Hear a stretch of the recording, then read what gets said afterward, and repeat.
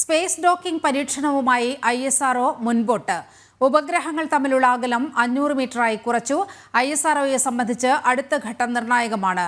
വിവരങ്ങളുമായി ഐസൺ ചേരുകയാണ്. ഐസൺ, വിവരങ്ങൾ. വരെ 1.5 കിലോമീറ്റർ അകലത്തിൽ 470 കിലോമീറ്റർ ഉയരത്തിൽ ഭ്രമണം ചെയ്യുകയായിരുന്ന ഈ രണ്ട് ഉപഗ്രഹങ്ങളും ഇപ്പോൾ കൂടുതൽ അടുപ്പിച്ചിരിക്കുകയാണ്. 500 മീറ്റർ അകലത്തിലേക്ക്, അതായത് 1/2 കിലോമീറ്റർ അകലത്തിലേക്ക് ഇപ്പോൾ അടുപ്പിച്ചിരിക്കുകയാണ് എന്നാണ് ISRO അറിയിച്ചിരിക്കുന്നത്. സ്വാഭാവികമായും ഇനി അടുത്ത ഘട്ടം, അതായത് ഡോക്കിങ്ങിന്റെ ഘട്ടങ്ങളിലേക്ക് നീങ്ങുകയാണ് എന്നാണ് അറിയാൻ സാധിക്കുന്നത്. വൈകാതെ തന്നെ ഡോക്കിങ്ങിനുള്ള ഒരു ദിവസവും അല്ലെങ്കിൽ ഒരു സമയം ശരിയാകും അല്ലെങ്കിൽ തയ്യാറാകും എന്ന് തന്നെയാണ് നിലവിലെ സൂചനകളിൽ നിന്നും അറിയാൻ സാധിക്കുന്നത്.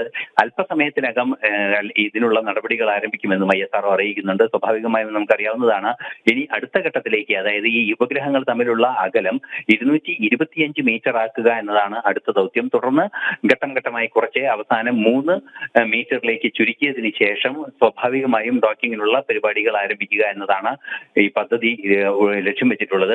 2 തവണ, അതായത് കഴിഞ്ഞ അവസാന 9-ാം തീയതി 500 മീറ്റർ എത്തിയ ഉപഗ്രഹം 225 മീറ്ററിലേക്ക് താഴ്ത്തുന്നതിനിടെ പ്രൊപ്പൽഷനിൽ കുറെ കൂടി വേഗത ഉണ്ടായതിന്റെ പശ്ചാത്തലത്തിൽ കൂടുതൽ അടുത്തേക്ക് ഉപഗ്രഹം എത്തുകയായിരുന്നു. അതായത് പരസ്പരം ഉള്ള അകലം ഉദ്ദേശിച്ചതിനേക്കാൾ കൂടുതൽ അടുത്തേക്ക് എത്തുന്ന ഒരു സാഹചര്യം ഉണ്ടായി.